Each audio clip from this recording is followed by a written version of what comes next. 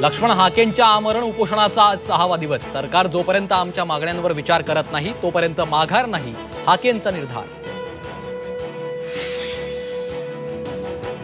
अजित पवार महायुतीला नकोसे असल्याची चर्चा। अजित पवारांच्या पक्षाची मतं भाजप शिवसेनेला ट्रान्सफर झाली नसल्याची तक्रार।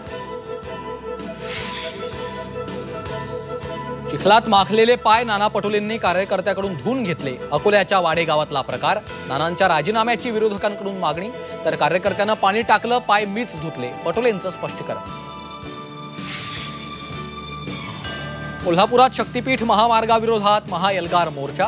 खासदार शाहू महाराज छत्रपतींचाही मोर्चात सहभाग। अर्धा जून महिना सरला तरी राज्यात अपेक्षित पाऊस नाही। पेरण्या खोळंबल्या, बळीराजाची चिंता वाढली। पेरणीसाठी चांगल्या पावसाची प्रतीक्षा।